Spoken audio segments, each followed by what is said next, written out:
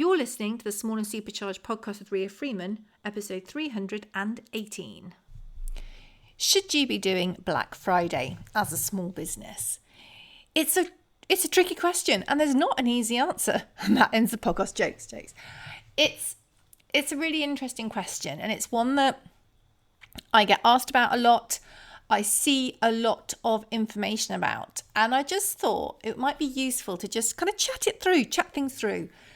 And also, if you're listening and you don't own a small business, to perhaps think slightly differently about small businesses and Black Friday, Cyber Monday, these big sales and what they mean.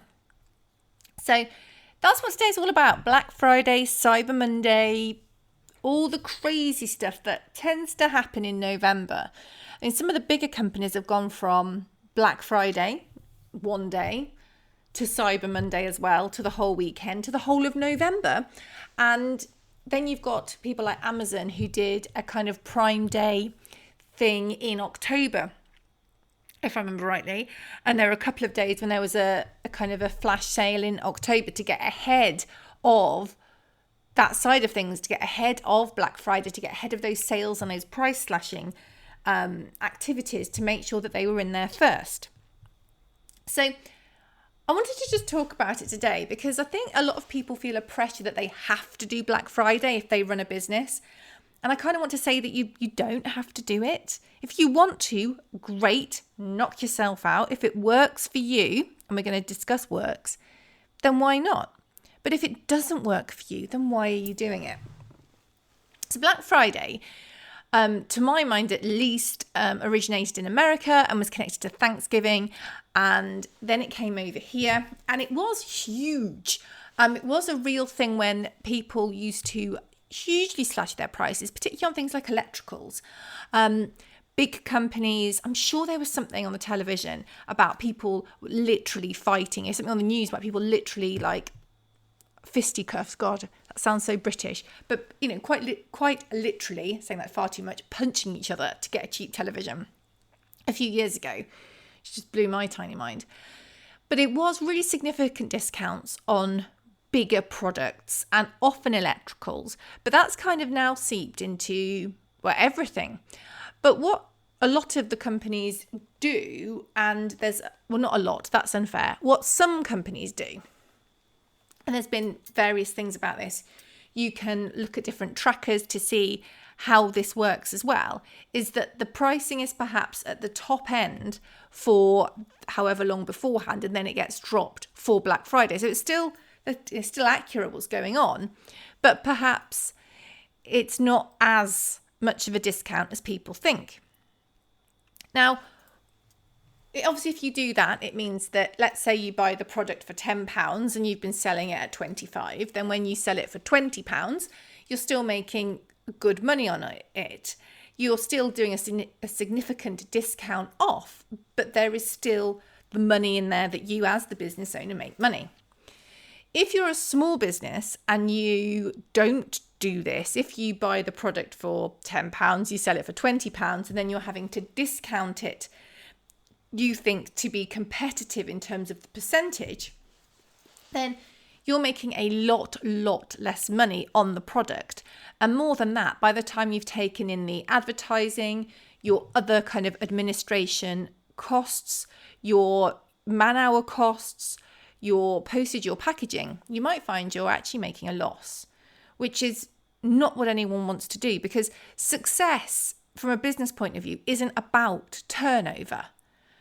Yes, it's lovely to see a big number that you have made however many thousands, hundreds of thousands, tens of thousands in sales.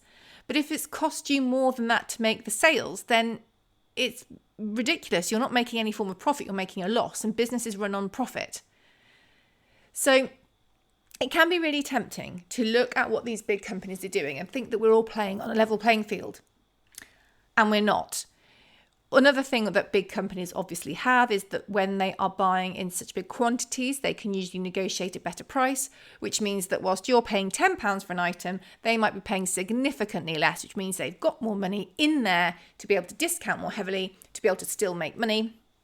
And because they have scaled to the level that they have, other costs are less because They just are. They just are. And if you've got a warehouse that's half full, it costs you as much as a warehouse of the same size that's full. But less money needs to kind of be allocated to each part of the system, each product, etc., etc. So you're not playing on a level playing field.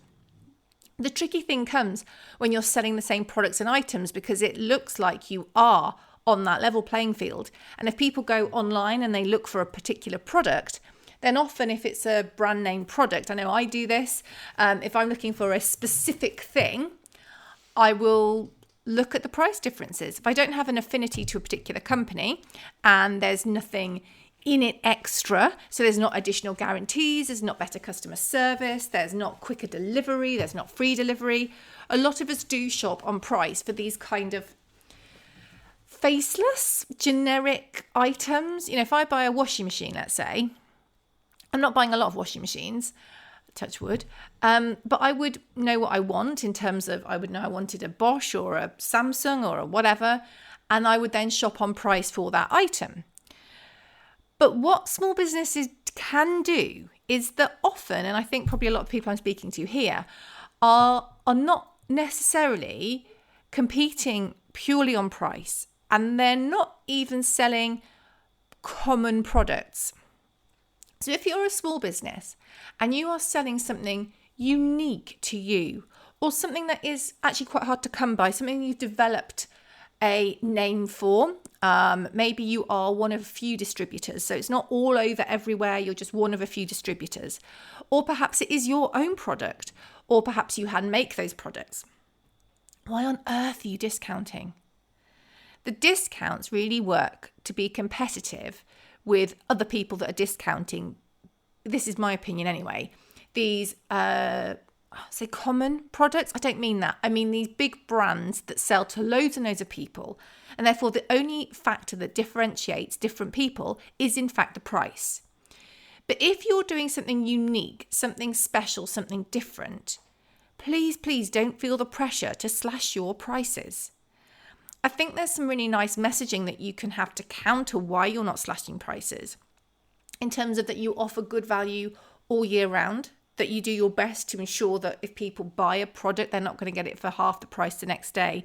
I think there's lots of really positive messaging you can put out, which explains why you're doing it, but in a way that people can go, okay, I get that now. If you're not having to compete on price because you have got some unique selling points, you're doing a new product, you're doing something exclusive to you, you're doing something that's really tricky to come by, don't compete on price. Compete on all the other stuff. Compete on being the best that there is doing that thing. Compete on being the only person that's doing that thing. Go back to those core values that make your brand yours and think about how they fit into what you're doing. Explain it as well. So when people, I think I think it's changed a little bit actually over the last few years, but there was definitely an expectation, I guess, for lots and lots of businesses, regardless of size, to discount prices, to slash prices on the lead up to Black Friday, on Black Friday, over the weekend. But more and more, particularly smaller businesses, quite rightly, are pushing back. But the key, and I say this to anyone that asks me, if you're not doing it, say you're not doing it. Because what people do, because no one wants to buy something on one day, and if they just waited a day, it would have been half the price, is that during November, I've seen this happen a lot with different businesses, is that sales slow because people are waiting for those big deals, those big discounts. So if they're not coming, tell people. Explain you're not doing Black Friday. Explain if you want what you're doing instead. Maybe something that aligns with those values. Maybe there's a charity that you're passionate about and you're going to give them a donation for each sale during the month of November. Maybe you're really passionate about sustainability and your green credentials, and you're going to do something that connects with that for every sale during an amount of time. Maybe you're doing a discount, like free postage for a longer period of time.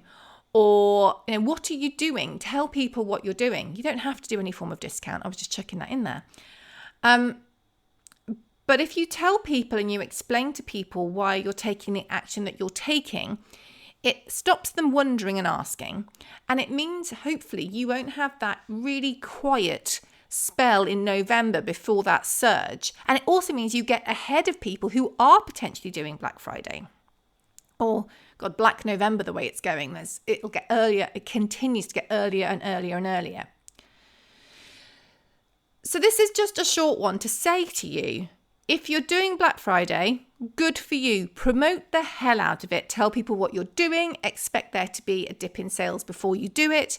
If you're not doing Black Friday, tell people why you're not doing it. Explain what you're doing or what you're not doing instead.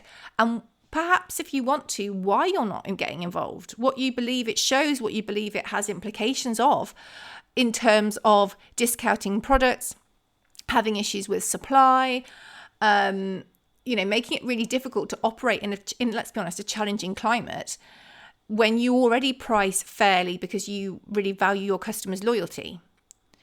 And if you're an end user, a consumer of product, then I know it's difficult because we expect there to be discounts. And there are companies that I buy from who do have huge discounts on Black Friday. And some of them, I don't know why they do it at all. But because I know it's coming, I'm not buying something a week earlier when I know I'm going to get quite a significant discount in a few days' time. But if you love a brand and you are waiting and holding off to Black Friday, but you're not sure they're doing it, ask them. If they're not doing it, then obviously the choice is yours whether you buy it anyway. But if you love them and you think they're really cool at what they do, then it is important that we support the small businesses that we love, even if we don't buy as much stuff, but we do support them because it is tough out there.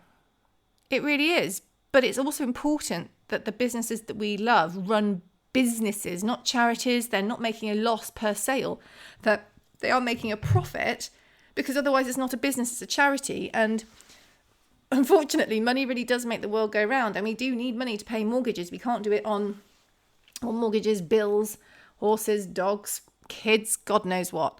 We do need money to do those things, and therefore it is right and correct that they run a proper business, that they don't slash prices when they can't afford to, that they put the time and energy into sourcing great quality products and providing an exceptional service all the time, rather than cheap and cheerful, and they make nothing or a few pence per product. Like, you can't run a business when you're making a few pence per product unless you're selling huge quantities.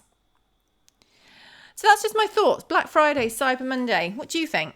Are you pro Black Friday? Are you pro Cyber Monday? From a business point of view and from a consumer point of view, what do you think? What will you be doing? And yeah, let's just support the businesses that we love. It is really tough. It is tough out there. It's hard out there.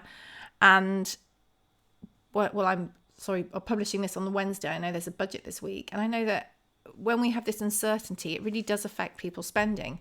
So hopefully after that, things will improve, because uncertainty seems to be the real catalyst for tricky spending patterns.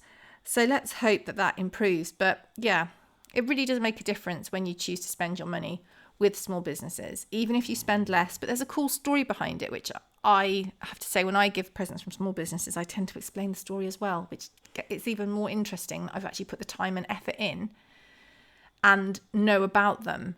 So there's loads of incredible brands that I could name, but I do try and buy from a lot of small businesses and do explain the coolness of the thing, so they know about the story behind the business. So it's more than just a random thing, it's a thing with a story, and you can kind of explain that back, not to make what I've given them sound cooler, but just because I think stuff with a story is even more interesting. But maybe that's just me. Anyway, I'm going to love you and leave you. I hope that's been useful. I hope that's given you some food for thought for any direction that you're thinking of for Black Friday, or whether you're approaching it as a business or as a consumer. We will catch up next week. I'm hoping I'm going to have some super exciting things to share with you soon. And I've got an amazing interview coming up next week, so get ready for that. But yeah, things are about to get very, very exciting. Very exciting. I can hardly believe it. But yeah, it's all good stuff. And in the meantime, if you think, I wonder what she's talking about, but I'm going to use this time to really supercharge my business, head over to Amazon and have a look at, if you search my name, Ria Freeman, and Small and Supercharged, you'll see my first book, Small and Supercharged it's called, surprisingly, all about how to supercharge your business in small steps. It's done well. And if you've read it already, I'd love you to leave a kind review. It really, really does help. I know when I buy a book, I'm always looking at the reviews to see what people think and if I should buy it or not. Thanks so much for listening. We'll see you very, very soon. Take care.